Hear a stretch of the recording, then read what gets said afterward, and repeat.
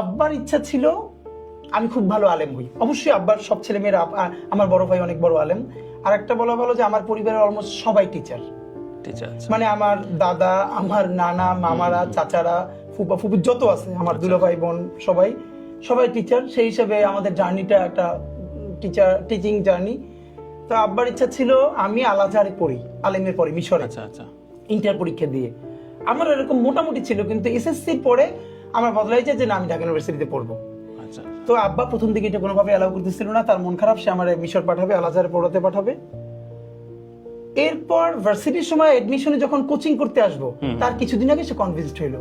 এবং একটা ঘটনা, এটা আমি আপনাকে বলা দরকার, কোন ঘটনা তাকে আসলে অনুপ্রাণিত করলো যে আমার ভার্সিটিতে পড়ানো যায়।